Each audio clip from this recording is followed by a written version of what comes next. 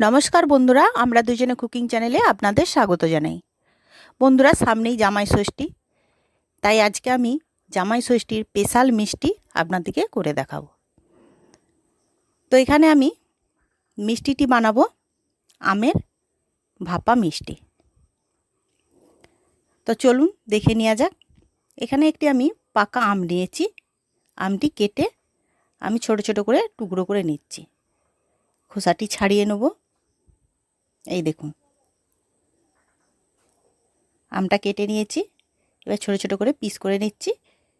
নিয়ে আমটা আমি কেটে নিচ্ছি। খোসাটা বাদ দিয়ে দেবো, তো মিষ্টি যেন হয় আমটা।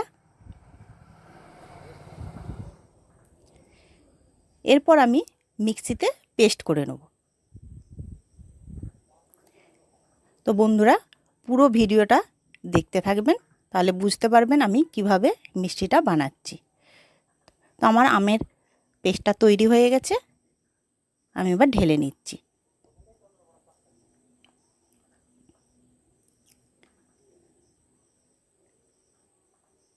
তো আমের পেস্টটা আমি ঢেলে নিলাম। এরপর আমি এর মধ্যে দিয়ে দিচ্ছি চিনি গুঁড়ো করে রেখেছিলাম, সেটা দিয়ে দিলাম। এরপর দিয়ে দিচ্ছি টক দই। টক দইটা আমি এখানে 100 গ্রাম নিয়েছিলাম, কিন্তু টক দইটাকে আমি তার জলটা ঝরিয়ে নিয়েছি। দিয়ে ভালো করে এবার আমি ফেটিয়ে নিচ্ছি। খুব ভালো করে ফেটাতে হবে, খুব মিহি করে, একদম পেস্টটা যেন খুব একদম মিহি হয়ে যায় সেইভাবে ফেটাতে হবে। এরপর দিয়ে দিচ্ছি 4টা এলাচ থেতো করে রেখেছিলাম, দিয়ে দিলাম। এরপর কুচিয়ে রাখা কিশমিশটা দিয়ে দিলাম। এরপর কুচিয়ে রাখা কাজু বাদামটা দিলাম। দিয়ে এবার আমি ফেটাতে থাকব। এরপর দিয়ে দিচ্ছি আমুল দুধের গুঁড়ো। এখানে দিলাম আমি 2 চামচ গুঁড়ো দুধ। গুঁড়ো দুধ দিয়ে ভালো করে ফেটিয়ে নিচ্ছি।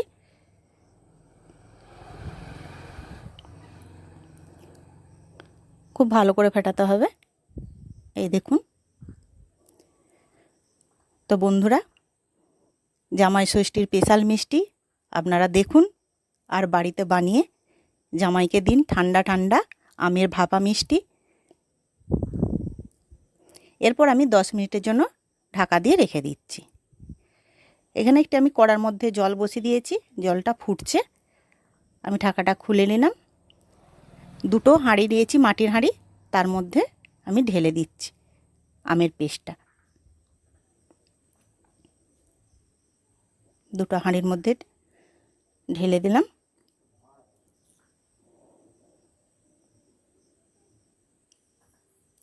এরপর দিয়ে দিচ্ছি সাজানোর জন্য কুচানো কাজু, কিশমিশ কুচিয়ে রাখা। এবার সাজানোর জন্য চেরি একটা করে কাজু গোটা কিশমিশ দিয়ে সাজিয়ে নিচ্ছি। এরপর জলের মধ্যে আমি দিয়ে দিচ্ছি, জলটা যেহেতু গরম হয়ে গেছে, এর মধ্যে একটা থালা রেখে দিলাম। দিয়ে আমি হাঁড়ি দুটো বসিয়ে দিচ্ছি। দিয়ে এবার আমি ঢাকা দিয়ে দেবো। হাঁড়ি দুটোই দেখুন, 2টো ঢাকনা দিয়ে চাপা দিয়ে দিচ্ছি। এরপর আমি একটা থালা চাপা দিয়ে দেবো। দিয়ে 20 মিনিট আমি এটা ভাপিয়ে নেব। তো 20 মিনিট হয়ে গেছে, এবার আমি ঢাকাটা খুলে নিচ্ছি। দেখুন মিষ্টিটা দেখুন, কত সুন্দর কালার, দেখতেও খুব সুন্দর হয়েছে আর খেতে দারুণ। এরপর আমি একটু হালকা করে ঠান্ডা করে ফ্রিজের মধ্যে রেখে দেবো 2 ঘন্টার জন্য। এই দেখে নিন। এবার 2 ঘন্টা পর আমি আবার এসে গেছি। এবার আপনাদেরকে আমি কেটে দেখাচ্ছি কেমন হয়েছে। এই দেখুন বন্ধুরা, মিষ্টিটা দেখুন কত সুন্দর হয়েছে।